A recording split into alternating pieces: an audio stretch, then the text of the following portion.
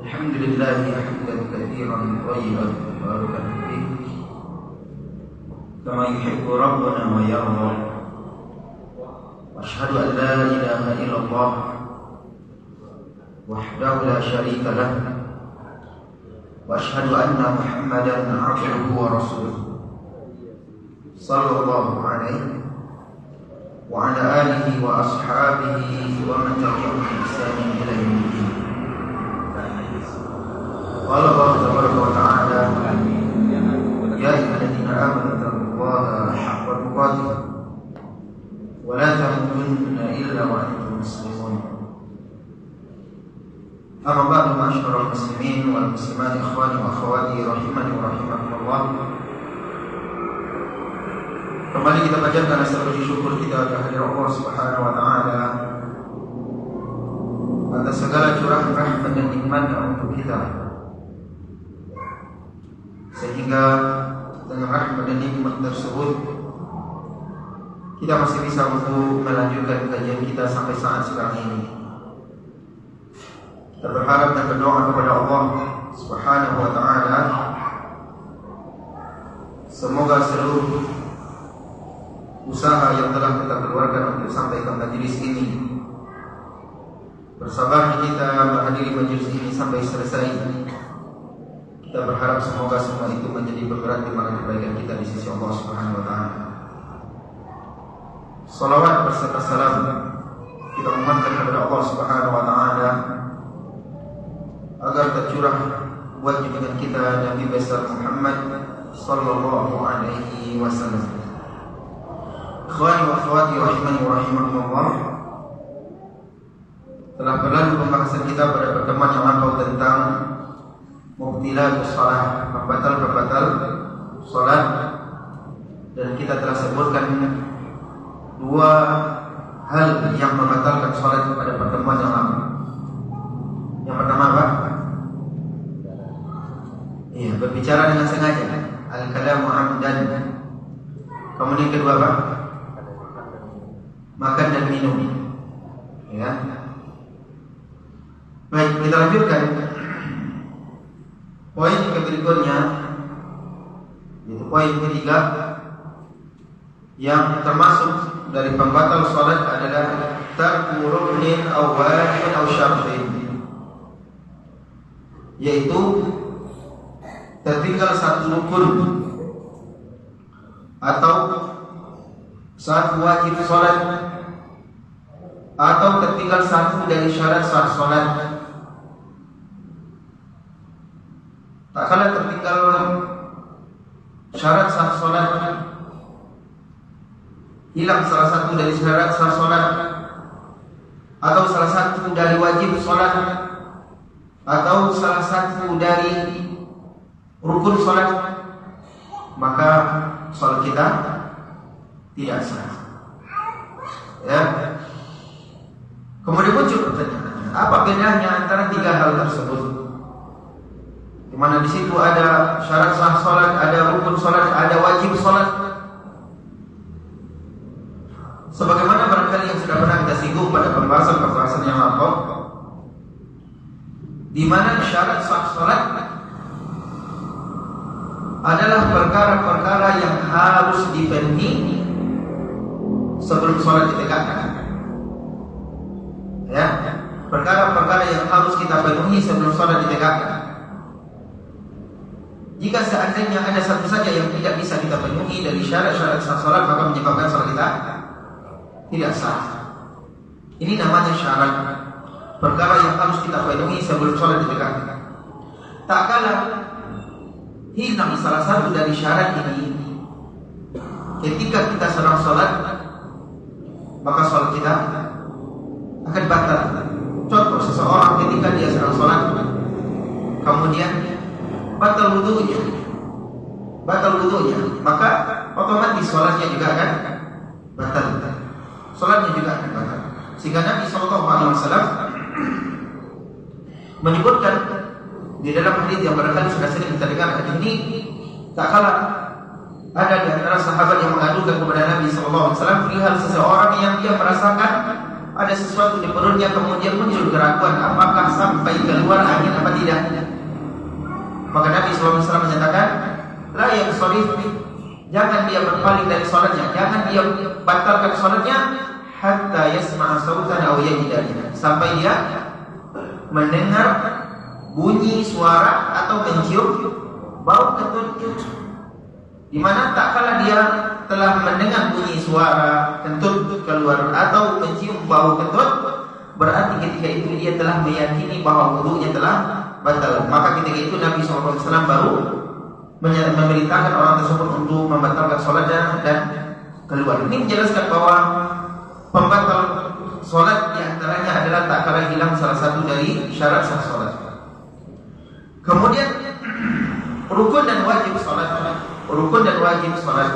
Para ulama kita telah menyatakan bahwa antara rukun dan wajib sholat itu ada persamaan dan ada perbedaan.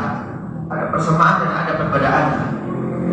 Persamaannya adalah di mana setiap orang yang meninggalkan rukun sholat atau wajib sholat dengan sengaja, rukun sholat atau wajib sholat dengan sengaja, maka sholatnya batal, sholatnya tidak sah, ya, dengan sengaja.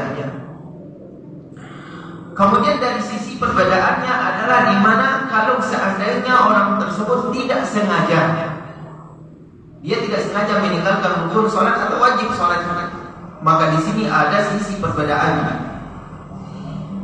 Kita bahas satu-satu.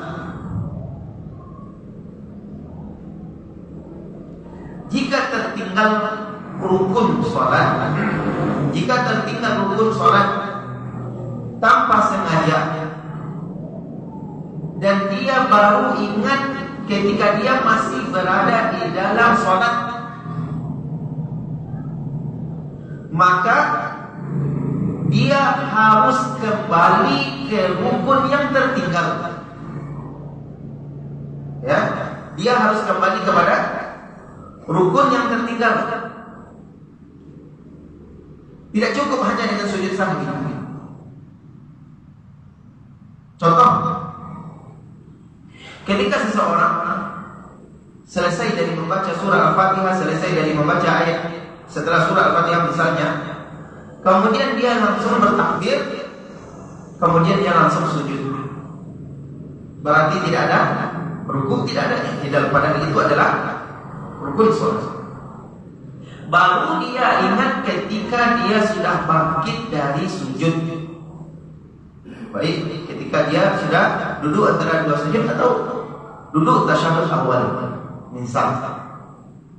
Apa yang harus diperbuat? Ketika dia ingat dalam posisi sudah duduk antara dua sujud ini, apa yang harus dia perbuat? Maka ketika itu dia harus kembali ke posisi rukun yang tertinggal tersebut. Dia harus bangkit ke atas, kemudian dia bertakbir untuk rukuk. Ya. Setelah selesai dia rukuk, kemudian dia tidak, kemudian dia lanjutkan dengan sujud dan seterusnya. Dan amalan-amalan yang sudah terlanjur dia lakukan mulai dari dia sujud tadi, maka itu tidak dianggap tidak sah. Kenapa tidak dianggap tidak sah? Karena amalan-amalan tersebut tidak lagi berurutan. Tidak lagi berurutan. Yang seharusnya sujud yang dia lakukan itu kapan? Setelah dia i'tidal. Sekarang dia sujud sebelum dia rukuk dan i'tidal, berarti tidak berurutan. Padahal Nabi SAW menyebutkan di dalam hadis musii'us shalah secara berurutan. Tsumma hatta tatma'inna ruku'ah. Kemudian rukuklah Anda sampai Anda tumaninah ketika rukuk. Tsumma hatta ta'tadila qaiman. Kemudian bangkitlah sampai Anda sempurna i'tidal. Tsumma sujud. Kemudian sujudlah hatta tatma'inna sajidan, sampai Anda sempurna dalam posisi sujud. Dan seterusnya. Nabi menyebutkan ini secara berurutan kepada orang Arab Badui tersebut yang minta diajarkan bagaimana cara sholat yang benar, sholat yang sah. Maka lantaran karena tidak berurutan ini, maka amalan-amalan yang dia lakukan setelah dia membaca ayat setelah Fatihah tadi harus dia ulang kembali karena tidak berurutan. Bisa dipahami? Baik. Maka dia harus kembali kepada rukun yang tertinggal tersebut, harus kembali kepada rukun yang tertinggal tersebut. Kecuali dalam satu kondisi, kata para ulama kita. Kecuali dalam satu kondisi yang tidak perlu dia kembali kepada rukun yang tertinggal karena tidak ada manfaat. Apa itu? Kondisinya adalah di mana dia baru teringat di saat posisinya sudah posisi ruku. Bisa paham? Ternyata di rakaat pertama, ya, dia tanpa ruku dan tidak dia langsung sujud. Kapan dia baru teringat? Di saat rakaat kedua. Oh, ternyata rakaat pertama tadi saya tidak ruku. Apa yang harus dia perbuat ketika itu? Ya, tidak ada lagi kecuali dia ruku ketika itu dan dia jadikan itu ruku untuk rakaat pertama. Ya, kemudian dia harus menambah nanti satu rakaat untuk rakaat yang kedua karena amalan yang dia lakukan setelah tadi tidak dianggap karena tidak berurutan. Bisa dipahami? Baik. Kalau seandainya dia baru teringat setelah selesai dari sholat, kalau tadi dia teringat ketika masih dalam sholat, maka dia harus kembali kepada rukun yang dia lakukan, kemudian di akhir sholatnya dia sujud sahwi. Ya, permasalahan kapankah sujud sahwi ini, sebelum salam atau setelah salam, ini pembahasan khusus nanti karena banyak di situ poin-poin rinciannya yang harus kita pahami. Kemudian kalau seandainya dia teringat setelah selesai dari salam, apa yang harus dia perbuat? Maka para ulama kita membagi kepada dua hal. Kalau seandainya dia teringat masih dalam jarak yang dekat dengan sholatnya, barangkali dia masih duduk dalam posisi duduk berzikir, baru dia teringat ternyata saya lupa ruku tadi, ya, rukun yang tertinggal. Apa yang harus dia perbuat? Maka kata para ulama ketika itu boleh dia langsung berdiri setelah takbiratul ihram sebagai takbir pembuka sholatnya, kemudian dia langsung berada pada posisi rukun yang tertinggal tadi, kemudian lanjutkan sempurnakan yang tersisa. Inilah yang diperbuat oleh Nabi SAW. Tak kala Nabi SAW lupa dan tertinggal 2 rakaat dari sholatnya. Hadis Dzul Yadain kemarin kita telah sebutkan. Nabi SAW sholat zuhur, ternyata Nabi SAW sholat zuhur hanya 2 rakaat. Kemudian salah satu dari sahabat yang dikenal dengan Dzul Yadain, sahabat yang memiliki perbedaan tangan, salah satu tangan yang lebih panjang ketimbang yang lain, dia bertanya kepada Nabi SAW, ya Rasulullah, aku sholat, apakah sholat itu sedang dikosong sehingga Rasulullah hanya sholat 2 rakaat sholat zuhur? Ada sita atau lupa ya Rasulullah?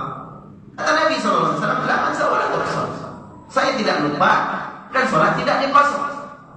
Kemudian Nabi SAW bertanya kepada para sahabat, apakah benar sebagaimana yang disampaikan oleh Dzul Yadain? Para sahabat jawab, iya. Apa yang diperbuat oleh Nabi SAW ketika itu?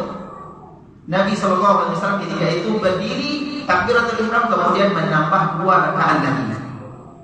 Menambah 2 rakaat lagi tanpa mengulangi sholat dari awal-awal. Kenapa cukup menambah 2 rakaat lagi? Nah, kenapa?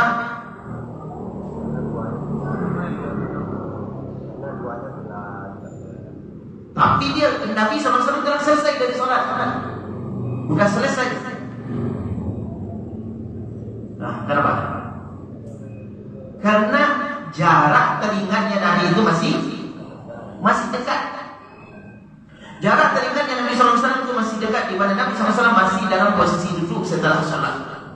Sehingga Nabi SAW tidak memulai sholatnya dari awal tadi, tapi cukup menambah 2 rakaat yang tertinggal tersebut. Dan inilah dia kalau seandainya kita lupa ada satu rukun yang tertinggal dan kita teringat setelah selesai sholat, namun jaraknya masih dekat, maka boleh langsung kepada rukun sholat yang tertinggal tersebut, tidak perlu diulang dari awal. Cukup dengan membuka sholat dengan takbiratul ihram. Namun kalau seandainya jaraknya sudah jauh, ya jaraknya sudah jauh, maka kata para ulama kita dia harus memulainya dari awal. Maka disebutkan di sini, wa hadza yadullu ala annahu law taraka ruknan 'amdan batala salatuhu fil hal. Maka ini menjelaskan kalau sekiranya dia meninggalkan satu rukun dengan sengaja maka batal salatnya ketika itu. Wa amma in tarakaha sahwan, namun kalau sekiranya dia tinggalkan tidak sengaja, fa in tadzakarahu fi shalah atabihi. Kalau sekiranya dia teringat ketika dia masih dalam posisi salat, maka sekarang dia langsung kembali kepada rukun yang tertinggal tersebut lalu dia wa illam yadhkurhu hatta faragha min shalah. Namun kalau sekiranya dia tidak teringat kecuali setelah selesai dari salat, fa in qala al-faslu ibtada as-shalah.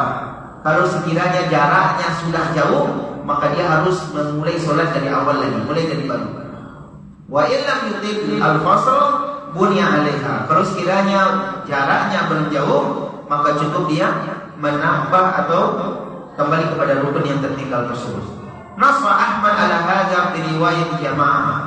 Ini yang disampaikan oleh Imam Ahmad dalam sebuah riwayat. Wa bi hadza qala Syafi'i wa Nawawi. Dan inilah pendapat Imam Syafi'i dan para ulama yang semisal-misal. Baik. Ini dia rukun. Lalu bagaimana dengan wajib? Bagaimana dengan wajib salat?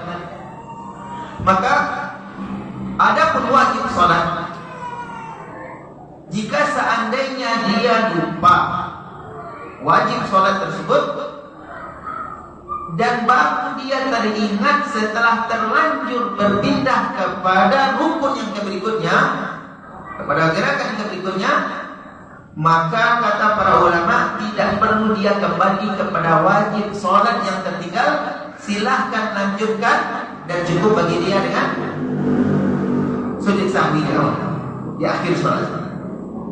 Bisa dipahami? Adapun wajib salat yang lupa dan dia baru teringat setelah dia masuk kepada gerakan, kepada rukun yang berikutnya, maka tidak perlu bagi dia untuk kembali kepada rukun yang tertinggal tersebut, di mana cukup bagi dia untuk sujud sahwi di belakangnya. Lanjutkan kemudian sujud sahwi di belakangnya. Ini yang disampaikan oleh Nabi SAW. Di dalam hadis yang diriwayatkan oleh Imam Bukhari dan Imam Muslim, kata Nabi SAW, disebutkan dalam ini, "Idza qama al-imam fi rak'ataini."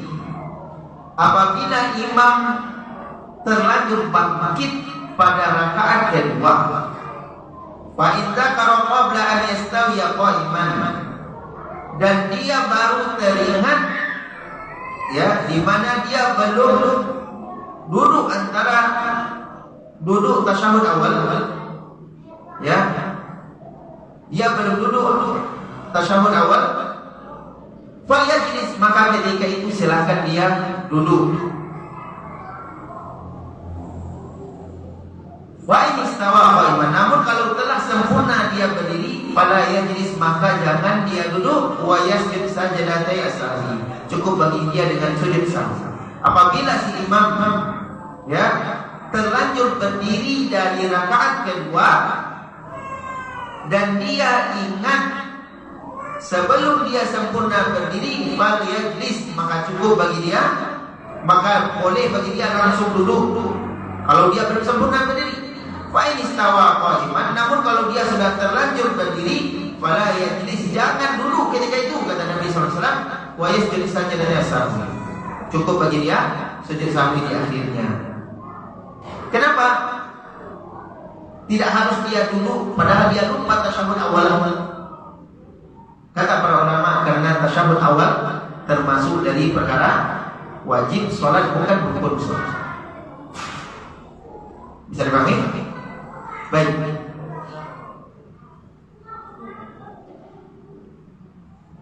Ikhwani wa akhwati rahimani wa rahimakumullah. Maka ini dia pembatal salat kita yang ketiga. Tak kalah tertinggal syarat sah salat, rukun salat atau wajib salat. Sehingga Nabi Shallallahu Alaihi Wasallam menyebutkan, dan kata para ulama kita, tidak ada uzur bagi orang yang tertinggal rukun atau wajib sholat lantaran karena tidak tahu. Ini bahayanya di sini. Ya, oh saya sholat lupa salah satu dari rukun sholat, atau dia tidak melakukan rukun sholat karena dia tidak tahu kalau itu rukun sholat, ternyata tetap dihukumi sholatnya tidak sah, walaupun dia meninggalkannya lantaran karena tidak tahu. Apa dalil yang menjelaskannya? Hadis musii'us shalah, hadis orang Arab Badui. Tak kala orang Arab Badui tersebut dia telah sholat, ya, ternyata ada rukun sholat yang dia tinggalkan. Betul atau tidak? Ada rukun sholat yang dia tinggalkan. Apa itu? Iya, tumaninah. Nabi Shallallahu Alaihi Wasallam tetap memerintahkan orang Arab Badui tersebut untuk mengulangi sholatnya. Nabi menyatakan, dia fasal ifain kalau itu sholat. Anda belum sholat, ulangi sholat. Anda belum sholat, Anda tidak sholat. Dia fasal. Kemudian orang tersebut dia sholat. Kemudian setelah kembali menghadap Nabi tetap perintahkan, dia fasal ifain kalau itu sholat. Ulang sholat, Anda belum sholat. Kalaulah seandainya, kata para ulama kita, kalaulah seandainya ya sah atau gugur kewajiban untuk mengulangi sholat lantaran karena dia tidak tahu, tetap sah sholatnya karena dia meninggalkan rukun lantaran tidak tahu, maka tentu Nabi SAW tidak perlu memerintahkan orang Arab Badui tersebut untuk mengulangi sholatnya. Betul atau tidak? Iya. Sebagaimana sahabat yang kita bahas kemarin ketika dia berbicara di dalam sholat, pembahasan kita kemarin, dia berbicara di dalam sholat. Tak kala ada orang yang bersin dalam sholat mengucapkan yarhamukallah, kemudian dia menjawab, dia orang tersebut mengucapkan alhamdulillah, dia menjawab yarhamukallah. Kemudian sahabat yang lain melontot melihat kepada orang tersebut. Apa katanya? Masya Allah, tanzuruna ilahi. Ada apa dengan kalian? Kenapa kalian melontot seperti ini? Seperti itu, ya. Kemudian sahabat tersebut, ya, para sahabat yang melihat itu, mereka memukul paha, mereka memberi isyarat untuk diam. Kemudian setelah selesai dari sholat, baru Nabi SAW menyatakan, inna hadhihi sholat, sesungguhnya sholat ini la yasulu fiha syai'un min kalamin nas, tak boleh sedikit pun di dalamnya ada pembicaraan manusia. Nabi hanya mengingatkan dan tidak memerintahkan sahabat tersebut untuk mengulangi sholat. Padahal para ulama sepakat bahwa berbicara di dalam sholat itu membatalkan sholat. Bisa dipahami? Namun kenapa Nabi SAW tidak memerintahkan dia untuk mengulangi sholat? Karena dia melakukannya jahil, tidak tahu kalau itu membatalkan sholat. Ya. Namun karena jahil ini, ya, gugur. Artinya sholatnya tetap sah. Ada di situ rukhsah, uzur yang diberikan. Namun tak kala seseorang meninggalkan rukun sholat atau wajib sholat, tidak ada di situ uzur lantaran karena jahil, karena tidak tahu. Ya, sehingga Nabi SAW tetap katakan kepada orang Arab Badui tadi, irji' fasalli fa innaka lam tusalli. Maka kalau seandainya kita memahami perkara ini, bayangkan berapa banyaknya kaum muslimin pada saat sekarang ini yang mereka tidak mengerti dan tidak paham mana dia rukun sholat, mana dia wajib sholat, dan mana dia sunnah sholat. Dan sering kita melihat di medsos, ya, atau di YouTube, boleh kita lihat alangkah banyaknya aliran-aliran yang mereka menunaikan sholat tidak memperhatikan rukun dan wajib sholat. Sholat dengan begitu cepat ini dan itu dan seterusnya. Apakah kita akan menyatakan sholatnya sah mereka melakukan lantaran karena ada uzur tidak tahu? Maka tentu tidak bisa. Karena memang tidak ada uzur bagi orang yang meninggalkan rukun atau wajib sholat lantaran karena tidak tahu. Kita lanjutkan, Bapak Ibu rahmati Allah Subhanahu wa taala. Pembatal sholat berikutnya yang keempat adalah al-amalul katsir, yaitu melakukan gerakan yang banyak di luar gerakan sholat. Tak kala kita melakukan gerakan yang banyak di luar gerakan sholat ketika sholat, maka itu membatalkan sholat kita. Apa kata Imam An-Nawawi dalam kitabnya Al-Majmu'? Kata Imam An-Nawawi, innal fi'la alladhi laysa min jinsi shalah, sesungguhnya perbuatan gerakan yang tidak termasuk bagian dari gerakan sholat, in kana katsiran, jika dilakukan dengan banyak, abtalaha bila khilaf, itu membatalkan sholatnya tanpa ada perselisihan di kalangan para ulama. Wa in kana qalilan, dan jika sekiranya gerakannya itu sedikit, lam yubtilha, itu tidak membatalkan sholatnya bila khilaf, tanpa ada perselisihan di kalangan para ulama. Wa hadza huwa dhabit, dan inilah sebagai acuannya kata Al-Imam An-Nawawi. Maka para ulama kita menjelaskan bahwasanya melakukan gerakan di luar gerakan sholat yang banyak ketika sholat, maka itu membatalkan sholat. Kalau seandainya di antara kita ada yang bertanya, kenapa itu bisa membatalkan sholat, melakukan gerakan di luar gerakan sholat tersebut membatalkan sholat? Yang pertama adalah karena dengan dia melakukan gerakan yang banyak di luar gerakan sholat tersebut, berarti dia telah menghilangkan makna tumakninah. Betul atau tidak? Apa maksud dari tumakninah? Di mana dia melakukannya dengan tenang, sempurna, dan menyelesaikan wajib-wajib sholat dan rukun-rukun sholat dengan sempurna. Ketika dia ruku, dia tumakninah dengan ruku, pas posisi rukunya, dan selesai dia membaca bacaan wajib ruku ketika itu. Ada orang yang ruku belum selesai dan membaca bacaan wajib ruku, dia langsung bangkit, atau dia membaca bacaannya di saat dia sudah mau bangkit, maka ini tidak dinamakan sebagai tumakninah. Termasuk dari melakukan gerakan-gerakan yang banyak, maka kata Syekh Abdullah bin Baz, ini berarti telah menghilangkan makna tumakninah. Padahal tumakninah itu adalah rukun sholat. Alasan yang kedua, kenapa melakukan gerakan yang banyak di luar gerakan sholat itu membatalkan sholat? Karena ini berarti telah memalingkan dia dari kekhusyukan dia ketika sholat, yang seharusnya dia tersibukkan dirinya oleh amalan ibadah sholatnya tersebut. Nabi SAW menyatakan dalam hadis, inna fi sholati la syughla. Ini kemarin kita sampaikan hadis. Nabi SAW menyatakan sesungguhnya pada sholat itu sudah ada kesibukan, yaitu kesibukan yang menyibukkan kita untuk fokus di dalam ibadah sholat tersebut. Maka kalau dia melakukan gerakan-gerakan seperti tadi yang tidak ada kaitannya dengan sholat, maka ini telah memalingkan dia dari kesibukan ibadah sholatnya tersebut. Ya. Baik, ikhwani wa akhwati rahimani wa rahimakumullah. Kemudian bercerita tentang gerakan di luar gerakan sholat, maka Syekh Muhammad bin Shalih Al-Utsaimin membagi hukumnya menjadi 5. Membagi hukumnya menjadi 5. Gerakan yang di luar gerakan sholat yang dilakukan ketika sholat, maka hukumnya ada 5. Mana dia? Kata Syekh Muhammad bin Shalih Al-Utsaimin, yang pertama adalah harakatun wajibatun, yaitu gerakan yang wajib. Gerakan yang wajib. Mana dia gerakan yang wajib?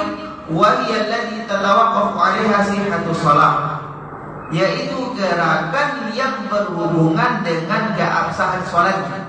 Kalau tidak dia lakukan gerakan tersebut, maka akan menyebabkan sholatnya tidak sah. Maka gerakan ini wajib dia lakukan. Apa contoh? Contohnya adalah seseorang tak kala dia sholat, kemudian dia sholat tidak menghadap ke arah kiblat. Kemudian ada seseorang temannya, saudaranya datang, kemudian dia mengingatkan, Anda sholat salah dalam arah kiblat Anda sholat menghadap ke sana, padahal kiblatnya ke sini. Maka ketika itu apa yang harus dia lakukan? Apa yang harus dia lakukan? Harus dia berputar. Harus dia berputar ketika itu menghadapkan wajahnya ke arah kiblat. Kalau dia tetap menghadap ke arah tersebut, maka sholatnya tidak sah. Kenapa? Kenapa? Karena tidak menghadap ke arah kiblat, padahal menghadap ke arah kiblat itu termasuk dari syarat sah sholat.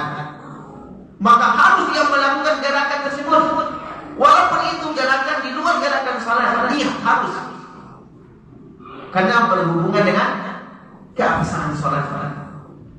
Contoh yang kedua, sebetulnya para ulama, kalau seandainya ada orang yang sholat dengan menggunakan sendal, ya, barangkali kita berada di sawah, berada di kebun, berada di tepi laut, ya, kemudian kita sholat dan menggunakan sendal.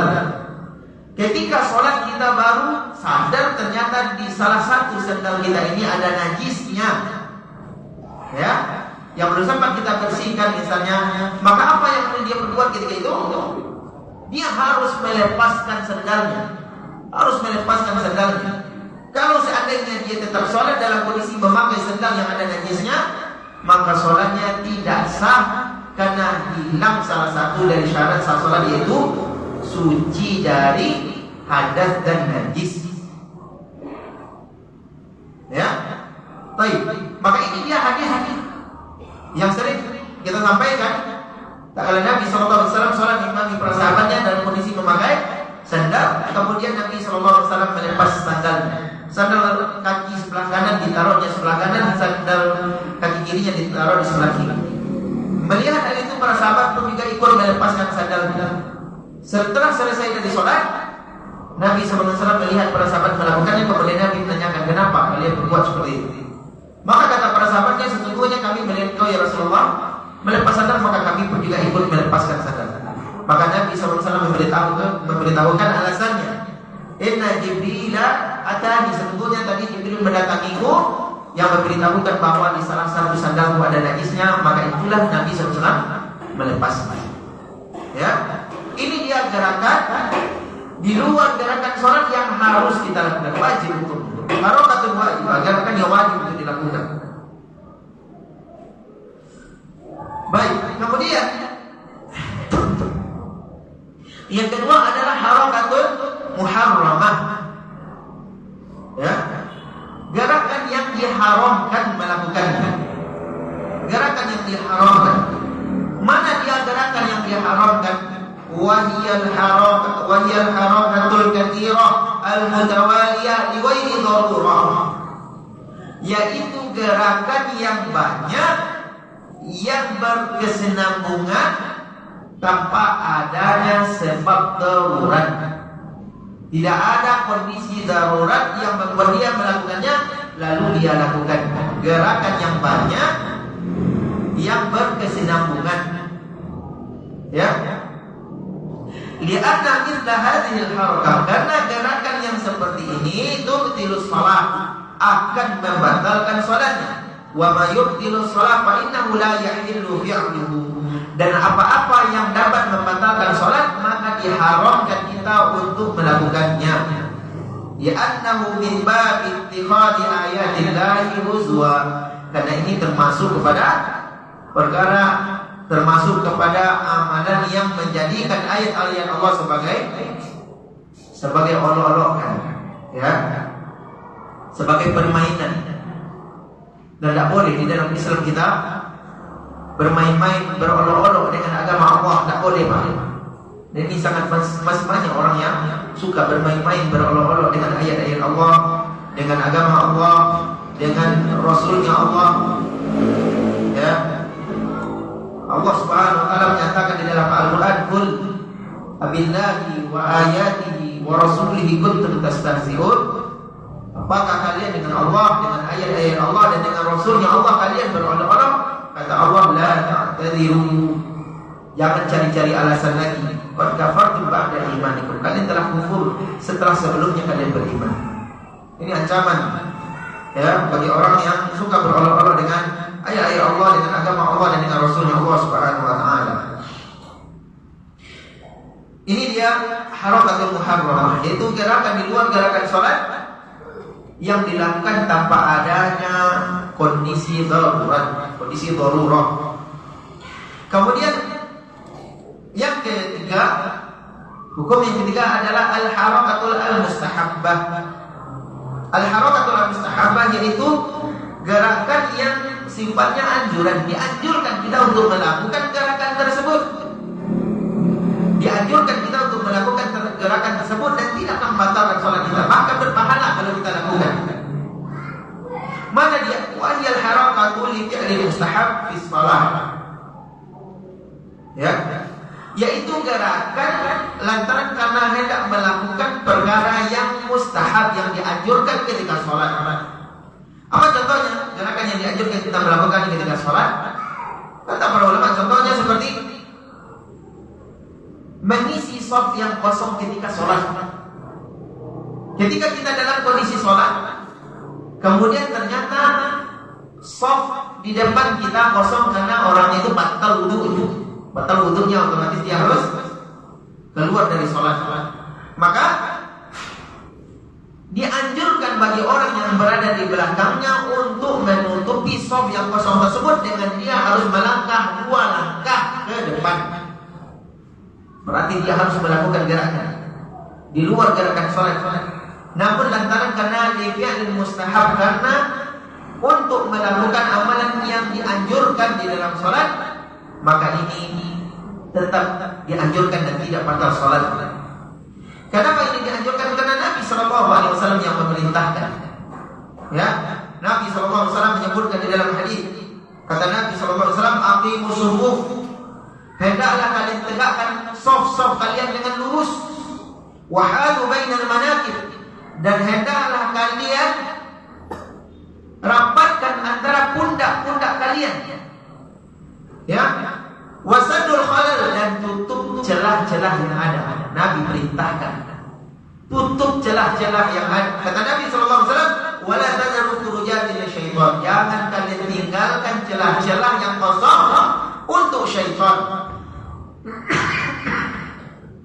Ya, jangan kalian tinggalkan celah-celah yang kosong itu untuk syaitan, karena itu akan diisi oleh syaitan. Kemudian kata Nabi SAW, wa man wasala shaffan wasalahu Allah. Siapa yang menyambung shaf, maka Allah akan menyambungkan rahmatnya, kasih sayangnya untuk hamba tersebut. Wa man qata'a shaffan qata'ahu Allah. Dan siapa yang memutus shaf, maka Allah akan memutus rahmatnya kepada hamba tersebut. Ya, maka ini dia pentingnya untuk meluruskan shaf ketika kita hendak sholat. Meluruskan shaf ketika kita hendak sholat.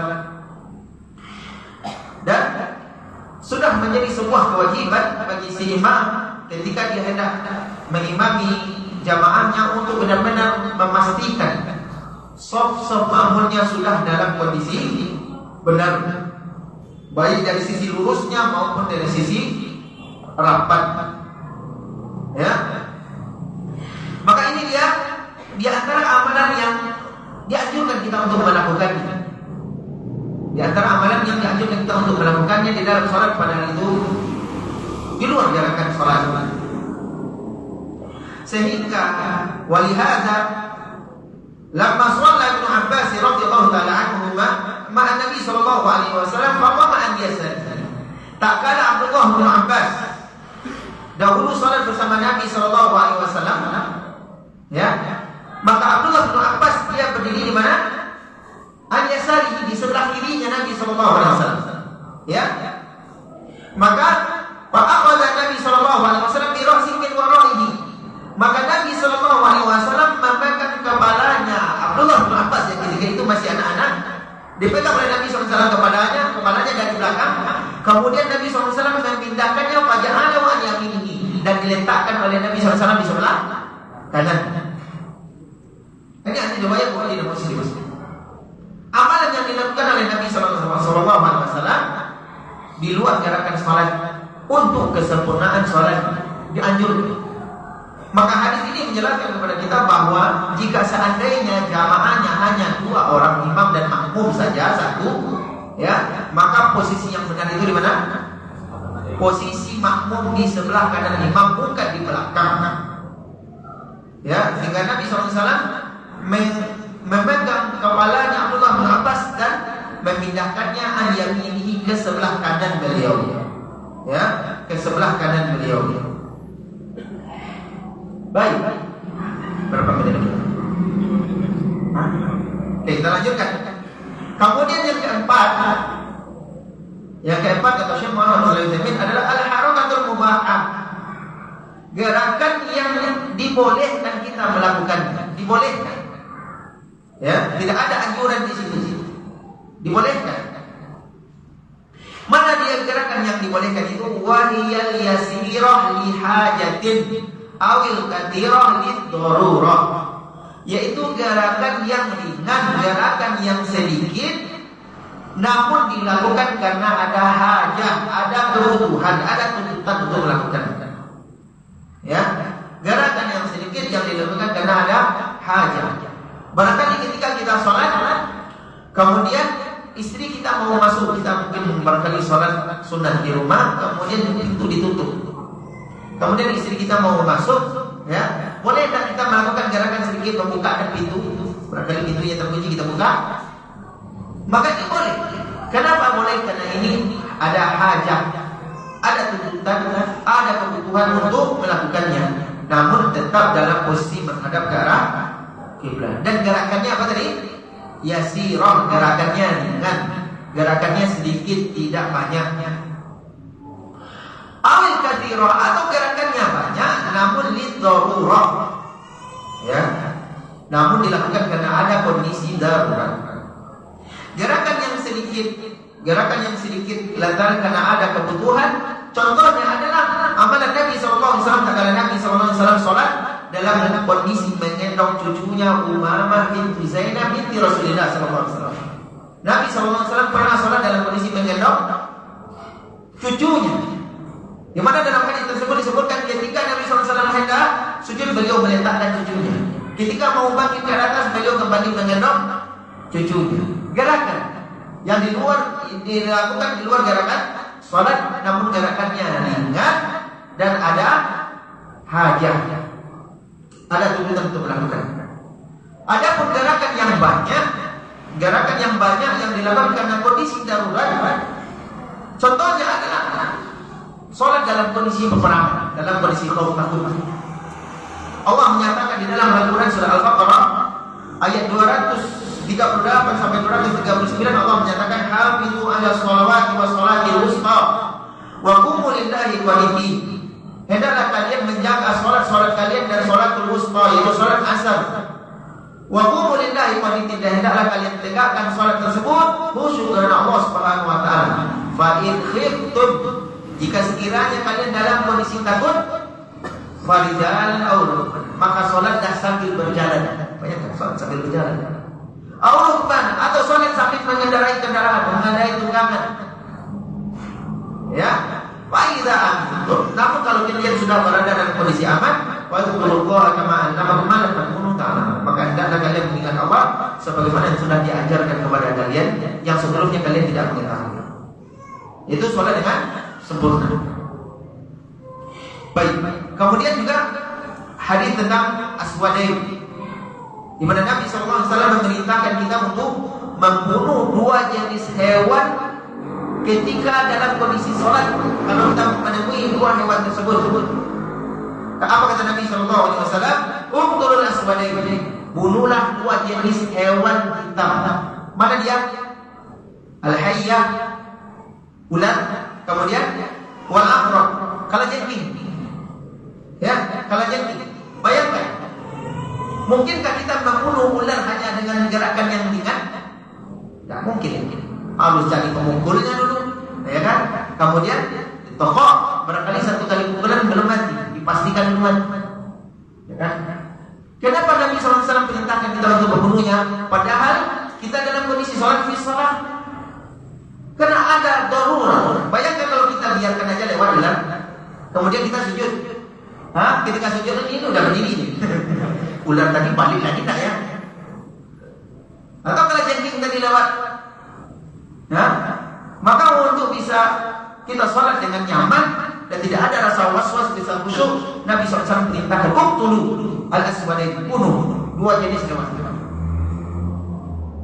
Kenapa kita dibolehkan melakukan gerakan ini? Karena adanya darurah, kondisi darurat. Ikhwani wa akhwati rahimani wa rahimakumullah. Kita lanjutkan pembahasan kita.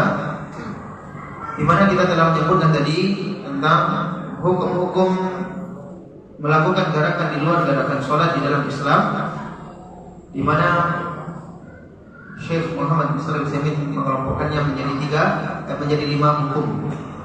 Yang pertama apa? Ya, gerakan yang wajib dilakukan. Yang kedua, gerakan yang diharamkan. Yang ketiga, yang mustahab, yang dianjurkan. Yang keempat, yang mubah, yang dibolehkan. Yang kelima, belum. Kemudian yang kelima kata Syekh Muhammad bin Shalih Al-Utsaimin adalah al-harakatul makruh. Gerakan yang dihukumi makruh, dibenci untuk dilakukan. Ya, gerakan yang hukumnya makruh. Permasalahan makruh, barangkali kita dapat memahami bahwa yang namanya makruh adalah sesuatu yang meninggalkannya lebih utama ketimbang melakukannya. Ya. Maka mana dia gerakan yang dihukumi makruh? Kata para ulama adalah al-harakatul yasirah li ghairi hajatin, yaitu gerakan yang ringan yang dilakukan tanpa ada hajat, tanpa ada sebab, tanpa ada kebutuhan. Ya, maka ini dihukumi makruh. Seperti banyak sebagian melakukannya, seperti ketika kita melihat ada orang yang dalam kondisi sholat, dia sholat sambil memainkan jam tangannya, ya kan? Ini gerakannya ringan, namun tidak ada kebutuhan untuk melakukannya. Barangkali karena jamnya baru, dilihat-lihat. Atau ketika dia sholat main-main jenggot gitu.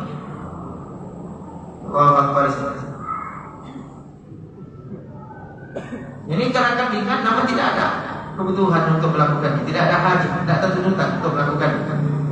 Maka ini dihukumi makruh. Ya, dan dikhawatirkan masuk ke dalam kategori ini orang yang suka sholat goyang-goyang kiri kanan.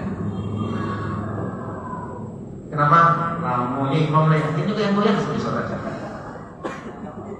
Ya, kalau memang sekiranya memang karena dia penat itu, dia berbuat diangkatnya kali-kali kaki sebelah kanan. Kami pernah, masya Allah, itu awal-awal belajar sholat, 1 malam 1 juz. Ya, ketika kuliah itu. Dan sholatnya itu adalah sholat di penghujung malam pula, 10 hari terakhir. Akhirnya lihat karpet itu udah berkunang-kunang. Nah, akhirnya diangkat kaki kanan, kaki kiri yang capek. Diangkat kaki kiri, kaki kanan pula yang capek. Padahal ini masih panjang lagi. Imamnya pelan lagi bacanya. Masya Allah, lengkap sudah. Ya kalau seandainya memang ada kondisi yang seperti ini, ya insya Allah tidak masalah ya. Ya ada hajat. Ya. Namun kalau sekiranya tidak ada hajat, tidak ada tuntutannya untuk melakukan, lalu dia lakukan hanya untuk bermain-main seperti ini, maka ini para ulama menyatakan makruh kalau sekiranya itu jumlahnya sedikit. Namun kalau seandainya jumlahnya banyak, bagaimana? Batal salatnya. Masuk pada al-harakatul muharramah, gerakan yang diharamkan tadi. Batal salatnya. Baik. Dari pembahasan ini, maka dapat kita pahami bahwa ada 2 perbedaan dari sisi jenis gerakan. Di mana kalau gerakannya sedikit begini dan kalau sekiranya gerakannya banyak begini juga. Ya, ada perbedaan. Sekarang muncul pertanyaan, apa dia standar yang menetapkan kalau ini dihukumi gerakannya sedikit, kalau ini dihukumi gerakannya banyak? Apa standarnya? Ya, baik.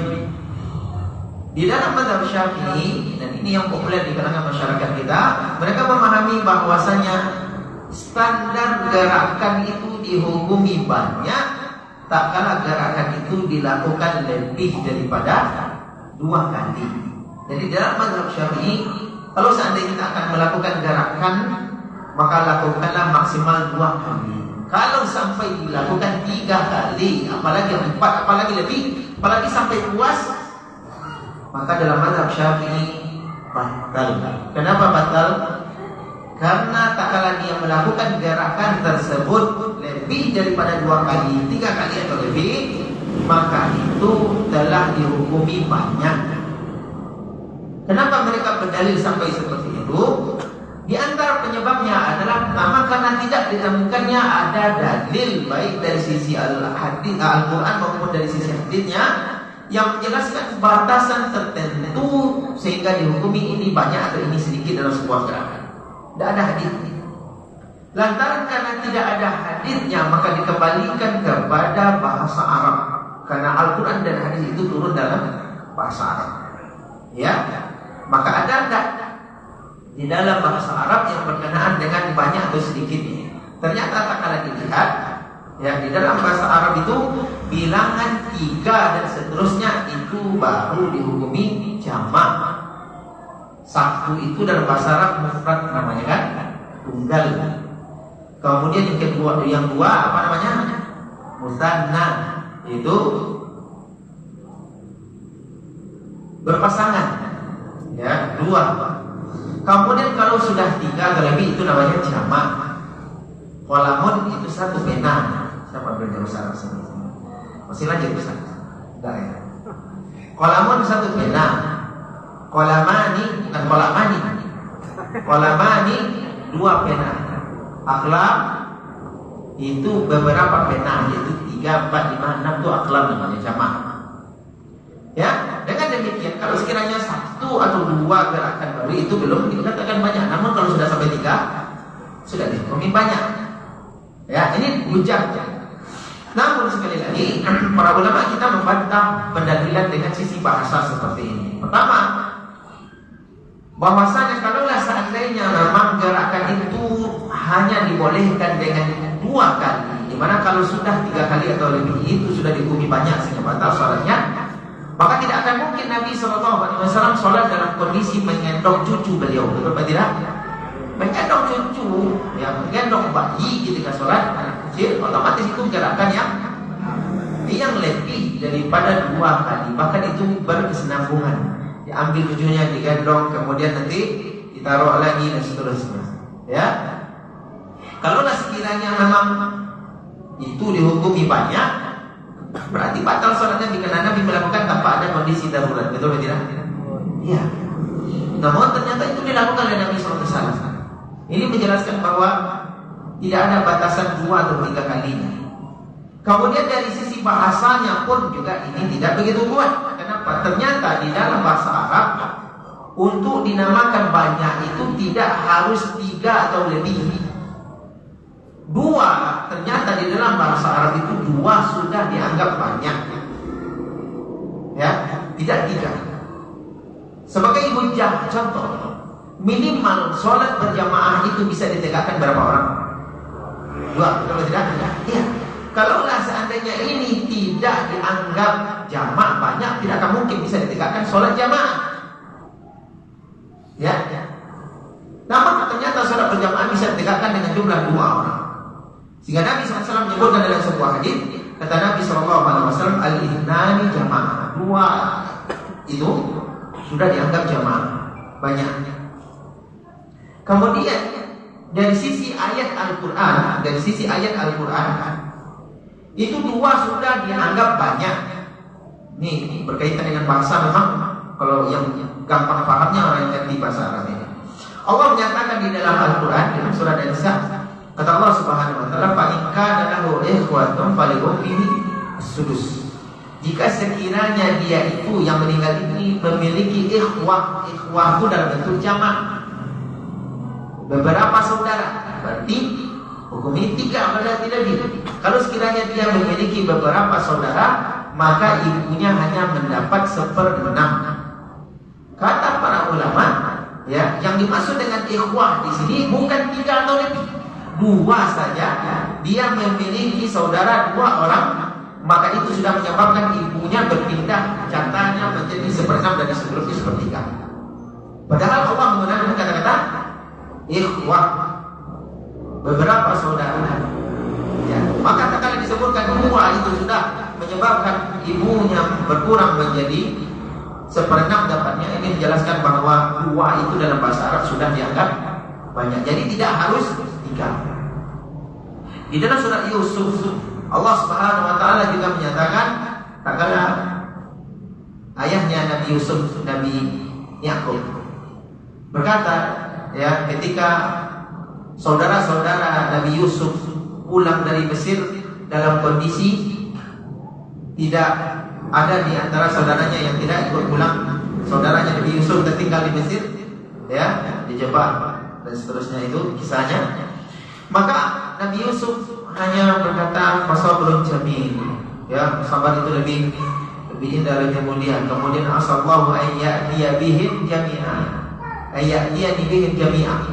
semoga Allah mendatangkan kepadaku semuanya, ya, mendatangkan kepadaku mereka semuanya. Digunakan kata-kata mereka, padahal maksudnya di sini hanya 2 orang, Nabi Yusuf 1 dan saudaranya 1.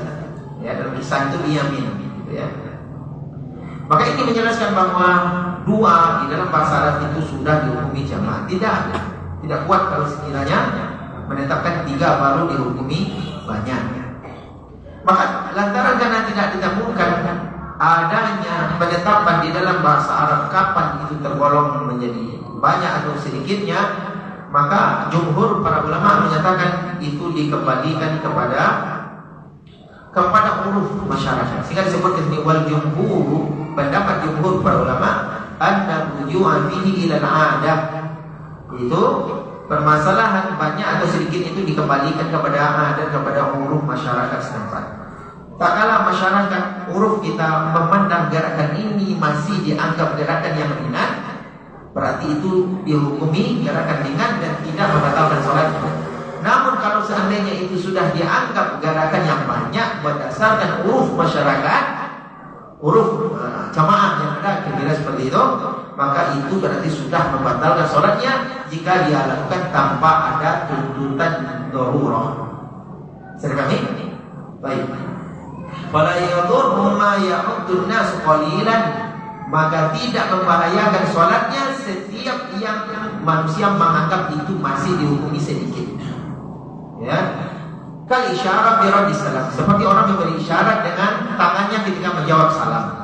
Dia dalam kondisi sholat, kemudian ada ucapan assalamualaikum, kemudian kita jawab waalaikumsalam, gimana? Waalaikumsalam, batal sholat kita. Tapi bagaimana cara jawabnya? Beri isyarat, ya.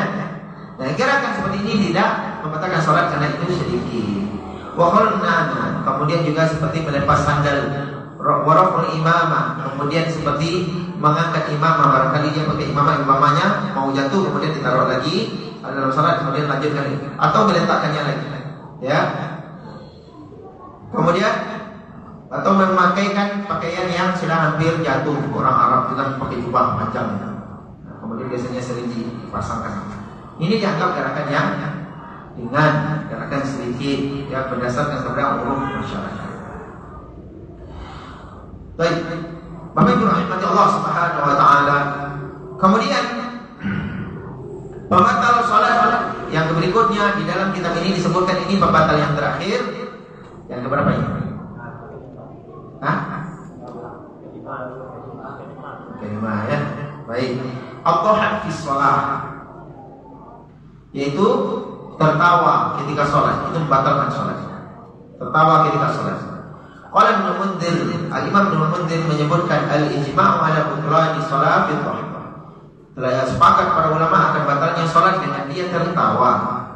Ini naqlan min kitab al-Majmu' lin-Nawawi. Ini perkataan Imam Ibnu Mundzir ini dinukilkan dari kitab al-Majmu' karangan Imam An-Nawawi. Wa qala aktsaru ahli ilm, pendapat jumhur para ulama menyatakan la ba'sa bil tabassum, ya, tidak masalah, tidak batal sholatnya dengan dia tersenyum, ya. Ai anna tabassum la yubtilu shalah, yaitu tersenyum tidak sampai membatalkan sholatnya. Qultu, sekarang kita menyatakan walaysa ma'na dzalika ibahatu tabassum fi shalah, bukanlah maksudnya kita dibolehkan senyum-senyum ketika sholat. Nah, bukan ini maksud, ya. Lianna dzalika yunafi halal khusyuk wa iqbal ala salat. Karena orang yang senyum-senyum ketika salat ini berarti menandakan dia tidak khusyuk, menafikan makna khusyuk ketika salat. Ya, dan berarti dia tidak fokus dengan salatnya. Lakinnahu law tabassam. Namun maksudnya di sini kalau sekiranya dia tersenyum, barangkali ketika salat, kemudian ini sering ibu-ibu yang salat di rumah ya, ketika lagi salat ternyata anaknya bikin lucu di depan, ada aja yang dibuat oleh anaknya yang bikin lucu, tersenyum si ibu ini, misalnya kan dia anaknya, fala yubtil salat, maka salatnya tidak batal. Sekarang muncul pertanyaannya, apa standar ini dianggap tertawa, ini dianggap tersenyum? Kan ada orang tersenyum tapi ditutup oleh ini dianggap tertawa atau dianggap senyum? Ya. Nah, para ulama kita menjelaskan bahwa standarnya adalah kalau seandainya sampai mengeluarkan huruf, maka itu sudah dianggap tertawa. Karena itu sudah dianggap pembicaraan. Apa contohnya? Hahaha. Itu berarti mengeluarkan huruf. Ya, maka ini dianggap tertawa. Namun kalau seandainya hanya tersenyum tidak sampai keluar hurufnya, maka ini tidak membatalkan salat, tidak membatalkan salat. Baik. Kemudian ada kemarin bertanya, bagaimana dengan orang yang ketika salat itu dia menangis? Ya, ketika salat saking dia tadabburnya tinggi, khusyuknya dalam sampai dia menangis terseduh-seduh ketika menangis. Ya, apakah salatnya batal apa tidak? Para ulama kita menyatakan, ya, setelah berselisih kalangan para ulama, maka ada yang menyatakan bahwa kalau seandainya menangis itu sampai keluar huruf-huruf dari seperti itu, ya batal, sama dengan ketawa yang sampai keluar hurufnya. Tapi kalau ditahannya misalnya seperti itu, maka ini tidak membatalkan. Ya. Wallahu ta'ala alam, kami masih belum tenang pendirian kami kepada pendapat ini. Kenapa? Karena melihat kepada kondisi di zaman Nabi SAW, maka tentu para sahabat adalah orang-orang yang benar-benar bersih hatinya dan benar-benar paham dengan makna Al-Quran dan mereka mentadabburi Al-Quran dan seterusnya. Bahkan banyak riwayat ceritakan bahwa para salaf kita dahulu mereka ketika baca Al-Quran itu sampai ada yang meninggal. Ada yang meninggal. Dan terkenal Abu Bakar As-Siddiq itu orang yang paling lemah hati, tidak tahan ketika membaca Al-Quran, gampang menangis dan seterusnya.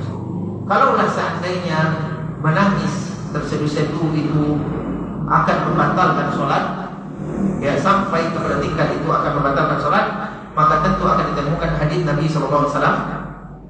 Nabi SAW akan mengingatkan sahabat ketika menangis untuk tidak sampai terseduh-seduh dan mengeluarkan huruf dan segala macam.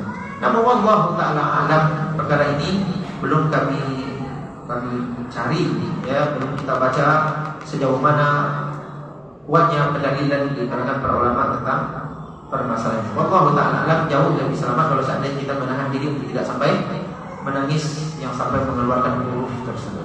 Wallahu ta'ala alam.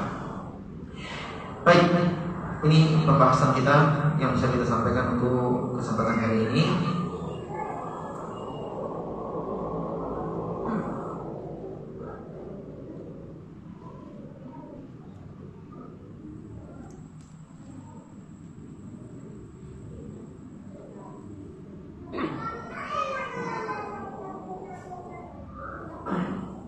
Silakan kepada ikhwan wa akhwat, Bapak Ibu, kalau sekiranya ada yang ingin bertanya, kami persilakan.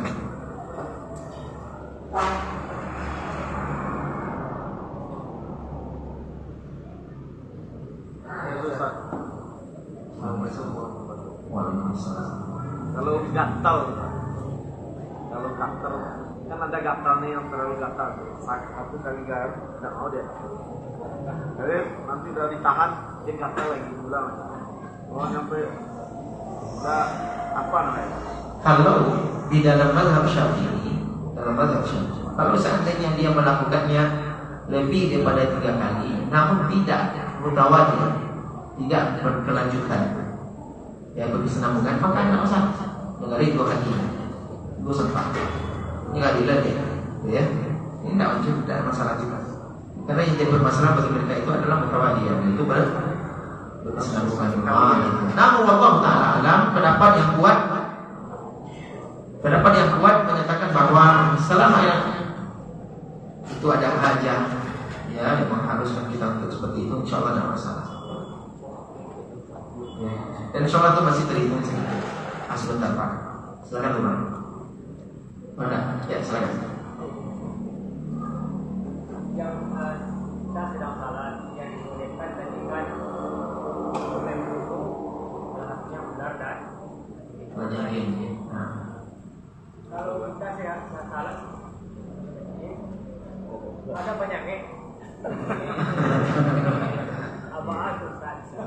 Boleh bunda kalau ada bisa jawab. Ya. Penyakit ya, di masjid ada penyakit. Gangguan mata. Oh gitu. Terawih dia.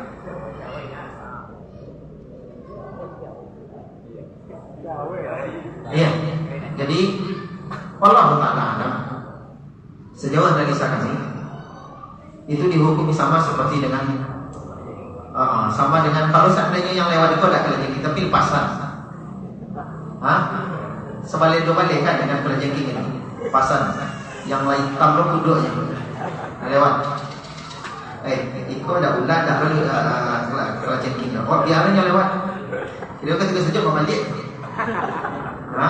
Masuk dalam baju kan. Jadi nanti setiap orang yang berpisah maka tidak masalah. Namun berkenaan dengan tambuhan tadi atau misalnya tadi itu barangkali karena kekhawatiran kita saja. Kenapa? Aku sering tumbuhan itu lewat dan segala macam. Bahkan tabrak pada lawan. Kalau sekiranya oleh sebatas itu tidak sange, cair. Bila yang sange itu ketika tersampi, ketika berikan perlawanan ya. Bila diikuti asaran tentu ya nggak apa. Tapi kalau sebatas lewat, coba lihat, atau masuk dalam baju tersampi, itu ya. Tapi kalau sekedar lewat saja, insya Allah. Waalaikumsalam. Iya, kita mengakhirkan.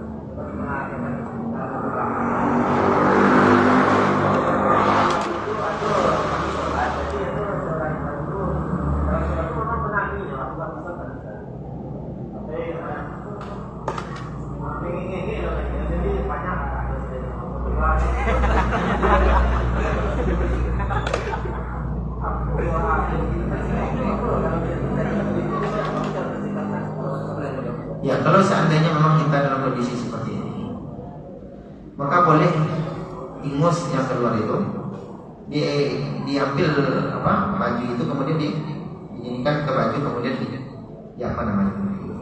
digosok seperti ini. Ini pernah dilakukan oleh Nabi SAW atau dari para sahabatnya. Ada riwayatnya. Itu tidak masalah. Ya, karena ingus itu tidak termasuk dari najis. Dia memang ikhwan yang nangis itu jangan dibiarkan sudah keluar ingusnya bertetaian ke bawah kan? Nanti memang tidak akan busuk ke masalah. Boleh kalau di sebelahnya orang yang mengurus masjid dia tambah kerajaan bocor. Ya, jadi tidak masalah. Cuma usahakan nangisnya itu jangan sampai keluar huruf. Ya. Assalamualaikum warahmatullahi wabarakatuh. Sebelumnya topik keluar dari topik pandai bahasa Inggris cici. Kalau misalkan kita bosan dengan alur hidup yang itu saja, gimana cara mengatasi bosan tersebut? Ini kan? Ya tidak. Kalau bosan hidup ya mati. Tidak, barangkali maksudnya ya, alur hidupnya seperti itu saja. Pagi bangun tidur, pergi sholat masjid, selesai sholat masjid pulang ke rumah minum kopi langsung pergi ke kebun. Kemudian sore nanti bangun lagi mandi, kemudian pergi masjid segala macam. Kemudian dia jenuh. Nah, makanya ada masalah tidak dilarang di dalam Islam. Kita refreshing itu tidak dilarang. Boleh. Ya, boleh deviasi. Asal itu halal dan tempatnya juga aman dari fitnah. Ini tidak masalah. Memang jenuh itu adalah salah satu dari tabiat manusia, itu biasa. Maka dahulu Nabi SAW terkadang membawa istrinya Aisyah radhiyallahu taala jalan-jalan, betul tidak? Kemudian dalam kondisi tertentu Rasulullah SAW mengundi istri-istrinya untuk ikut pergi. Tidak banyak hikmah di situ sebetulnya. Ya, Nabi SAW pernah menggandeng Aisyah untuk pergi melihat orang yang bermain di depan, melakukan acara tertentu di situ, tidak masalah. Kemudian bergembira dia di saat berhari raya, itu juga tidak masalah. Hal-hal yang tidak dilarang di dalam Islam, maka jangan kita terlalu takalluf. Bang, boleh nggak kita pergi main pantai sana? Oh, enggak. Wanita itu di rumah. Enggak ada cerita keluar. Rumah itu sampai paling aman bagi wanita. Itu ekstrim kita namanya. Coba kita diikat di rumah juga boleh keluar. Kalau buat 1 minggu seperti itu hebat ya. Ya kan? Istri kita setiap hari di rumah aja. Hanya 1 kali 1 minggu dia libur, dia minta jalan-jalan, pelit pula kita.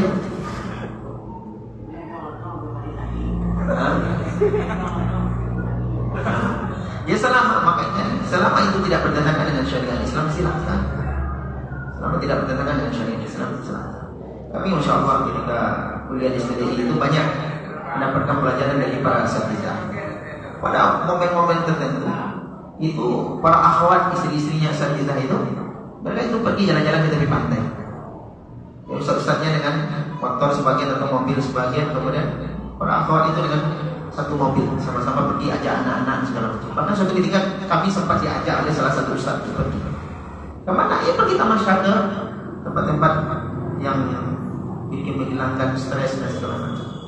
Karena harus kita pahami, kalau seandainya sudah istri yang stres, itu tidak ada, berantakan semua itu. Anak udah kena marah, kena cubit, masak udah enggak ini, ya kan?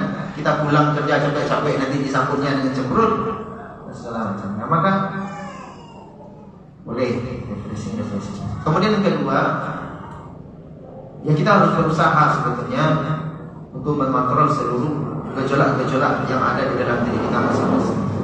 Kalau seandainya kita berprofesi, misalnya biasanya yang paling bosan itu orang yang bekerja di kantor dari pagi sampai sore, yang dia pegang hanya benda mati itu terus, laptop, komputer segala macam. Nanti pulang, kemudian di rumah langsung lelah, tidur lagi, besok ke kantor lagi, itu lagi, akhirnya dia letih, jenuh segala macam.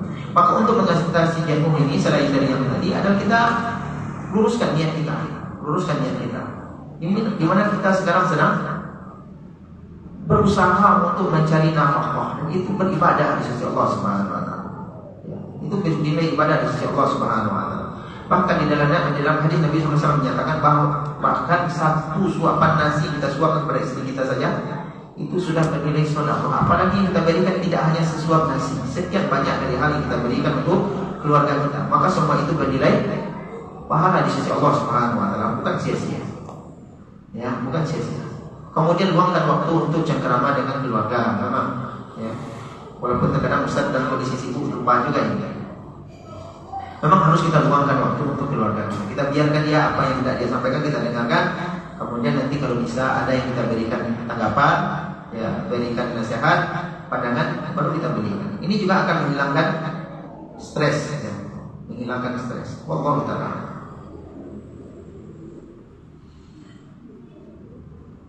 Assalamualaikum warahmatullahi wabarakatuh. Assalamualaikum. Kenapa maksiat itu masih dilakukan sedangkan sholat tetap dilakukan dengan khusyuk? Iya, sholat itu berarti menandakan bahwasanya sholat kita masih ada kekurangan. Kita saja yang baru merasa khusyuk. Ya, berarti sholat kita, kalau sekali memang sholat kita benar dan bagus dan tulus dan ikhlas dan khusyuk, maka Allah telah menyatakan inna sholata tanha 'anil fahsya'i wal munkar. Sholat itu dapat mencegah kita dari perbuatan keji dan perbuatan munkar. Ya, maka barangkali keikhlasan kita masih harus dipertanyakan. Kemudian kekhusyukan, kesempurnaan sholat kita masih harus kita tingkatkan dan seterusnya. Kemudian tidak hanya sampai di situ saja. Ya, kita harus berusaha untuk menjauhi hal-hal yang akan mendorong kita kepada maksiat tersebut. Semoga Allah mudahkan kita dan Allah bantu kita untuk bisa terjauhkan dan selamat dari itu kemaksiatan yang ada di zaman saat sekarang. Assalamualaikum warahmatullahi wabarakatuh. Bismillahirrahmanirrahim. Izin bertanya, jika kita membuang dahak dengan berjalan dengan jarak 1,5 meter, dengan berjalan dengan jarak 1,5 meter, apakah itu membatalkan sholat? Tidak, buang dahak tidak membatalkan sholat. Kamu lihat dulu kemana dia buang dahak. Kalau seandainya dia sholat di masjid, dia buang dahak, kemana dia buang? Maka di dalam Islam, kalau seandainya memang kita ada batu dahak, maka boleh dibuang ke sebelah kanan kalau seandainya memang memungkinkan. Di mana kita sholat di tempat yang terbuka di luar segala macam. Kalau di masjid jangan.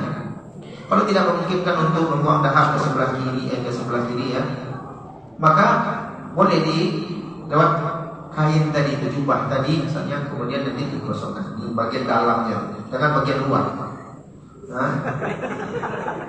Bagian dalamnya boleh digosokkan. Boleh. Sudah ambil tisu, kemudian ya, dia udah tahu kalau dia masih batu, dimasukkannya sapu tangan itu. Nanti kita masuk di keluarnya, masukkan lagi, tidak masalah insyaallah. Ini termasuk gerakan yang ada hajat dan itu ringan. Bismillah, mohon bertanya Ustaz, jika kita sholat berjamaah dengan istri kita di rumah, di manakah posisi istri kita? Di kiri, di kanan, di belakang, atau sejajar? Oh, jangan sampai sejajar. Istrinya di belakang, ya, di belakang. Wallahu ta'ala.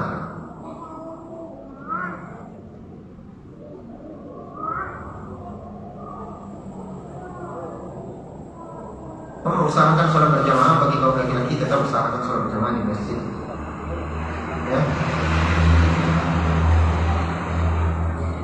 Bismillah, assalamualaikum warahmatullahi wabarakatuh. Kita sholat berdua berjamaah, tiba seorang masbuk yang menyambung shofnya bagian kanan menjadi sejajar imam dan dua orang makmum, bagaimana yang terbaik dilakukan? Mundur kita belakang. Dia udah terlanjur sholat belakang, misalnya mundur kita kokok pundaknya, mundur. Ya. Kalau dia tidak tahu Ustaz, masbuk tidak tahu. Ya kalau seandainya kita sudah mundur, insya Allah dia juga akan mundur. Masbuk menyambung bagian kanan Ustaz. Ya, contoh ini imam, kita sholat di sebelah kiri, kemudian dia sholat di sebelah sini gitu ya. Maka insya Allah dengan kita mundur, kan dia insya Allah akan mundur. Kalau sekiranya memang tidak ada, biarin aja dia. Makanya tidak paham. Bolehkah seorang duda atau bujang menjadi imam Ustaz? Masya Allah. Harus disyaratkan harus menikah jadi imam.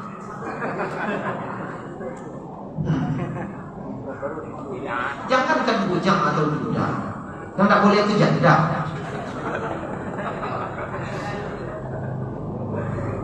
Kecuali dia mengimami sholat sesama wanita, tidak masalah. Jangankan bujang atau duda tadi, anak kecil saja bisa mengimami sholat. Ini terjadi di zaman Nabi SAW.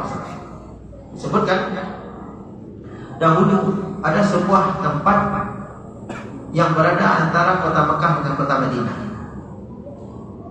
Ketika Rasulullah SAW diutus di Makkah, turun Al-Quran yang mendakwahkan Islam, maka setiap orang Madinah yang pulang dari Makkah, ya, mereka akan mendengarkan berita. Biasanya mereka kumpul, berhenti, istirahat di kampung di pertengahan ini. Mereka biasanya akan bicara apa berita terbaru di Makkah. Kemudian mereka menjawab, ada orang yang sudah mengaku dia katanya dia seorang nabi, dia nabi terakhir. Terus apa katanya? Telah turun Al-Quran kepadanya. Apa Al-Qurannya? Kemudian disampaikan. Dan anak kecil ini dia mendengar itu. Sampai setiap orang yang lewat seiring berjalannya waktu di Makkah, setiap Nabi SAW, selama Nabi SAW di Makkah berdakwah, ya, yang ayat yang turun yang dinamakan itu surat Makkiyah, itu hafal sama anak-anak. Setelah Nabi SAW hijrah ke Madinah, baru orang tadi, kelompok tadi itu masuk Islam. Dan menyatakan ketika sudah Fatul Makkah, mendapatkan kota Makkah. Maka ketika mereka sudah masuk Islam, mereka bertanya kepada kepada Nabi, siapa yang hendak menjadi imam untuk kami, untuk kaum kami? Rasulullah menjawab, ya Umar, Umar aqra'u li kitabillah. Hendaknya yang menjadi imam itu orang yang paling aqra' di antara mereka, yaitu orang paling banyak hafalannya dan paling fasih bacaannya. Maka ketua kaum tersebut menyatakan tidak ada orang di tengah-tengah kami yang paling aqra', yang paling fasih dan banyak hafalannya kecuali anak kecil ini, masih belum balik. Ya. Maka dia menjadi imam ketika itu. Ya. Dan ini di antara yang disebut oleh para ulama bahwasanya orang sholat sunat bisa mengimami sholat wajib. Karena bagi si anak itu sholat wajib apa hukumnya? Sunnah bagi dia, betul tidak? Karena dia belum balik. Sementara kaumnya yang sudah balik gerakan ini hukumnya wajib. Kata Syekh Muhammad Muslim, kalaulah seandainya itu tidak sah dan tidak boleh, maka tentu akan turun peringatan dari Nabi, akan turun ayat Al-Quran yang memperingatkan, atau dari Nabi SAW, karena ketika itu wahyu masih turun. Ya, namun tak ada ayat yang menegur yang menjelaskan ini boleh. Kalau seandainya anak kecil saja boleh, ya, apalagi orang yang sudah balik, walaupun dia masih bujang atau sudah muda, ini tidak masalah. Kalau di kampung aku, ketika ketek-ketek, lah sunehan aja. Kalau di sunnah jadi imam loh. Ini dibuat-buat aja. Mengenai yang tadi, imam tadi, kita imam, setelah ketua, coba masuk bagian kanan sedang menyambung bagian kanan enggak memegang kita, dia nyambung tiga sejajar dari start. Di mana posisi kita dan imam? Antum posisinya di mana sebelumnya? Imam. Antum posisi imam. Ya. Oke, antum posisi imam. Kemudian dia sholat di mana? Orang masbuk ini sholatnya di mana? Dia menyambung bagian kanan. Kemudian Tiga sejajar tadi. Kemudian dia tanpa menempuh kuda antum. Kalau antum sudah paham dia itu misalnya ingin menjadikan antum sebagai imam, dia di imam antum. Namun pahala jamaah tidak dapat antum. Kenapa tidak dapat? Karena dia tidak berniat untuk menjadi imam dari awal. Yang dapat pahala jamaah itu dari orang yang datang. Gitu ya. Tapi itu Ustaz, kita sudah berdua. Nah, saya imam. Terus teman antum di sebelah satu. Terus Tiba masbuk. kemudian datang masbuk sendirian. Terus Dia menyambung bagian kanan. nyambung di sebelah kanan antum atau di sebelah teman ini? Di sebelahnya mana? Sebelah teman. Ya. Di sebelah teman antum. Terus Bagaimana posisi? ya mundur ke belakang yang orang di sebelah antum itu. Saya suruh mundur ke belakang. Insya Allah dengan dia mundur ke belakang ini sebelahnya juga mundur itu. Karena ngapain dia sendirian depan? Allah Ta'ala. Ini bisa kita sampaikan. Mohon maaf atas segala kekurangan. Mohon terima kasih banyak atas segala perhatian. Kita tutup dengan doa kafaratul majlis. Subhanallahumma wa bihamdika asyhadu an la ilaha illa anta astaghfiruka wa atubu ilaik. Wassalamualaikum warahmatullahi wabarakatuh. Waalaikumsalam.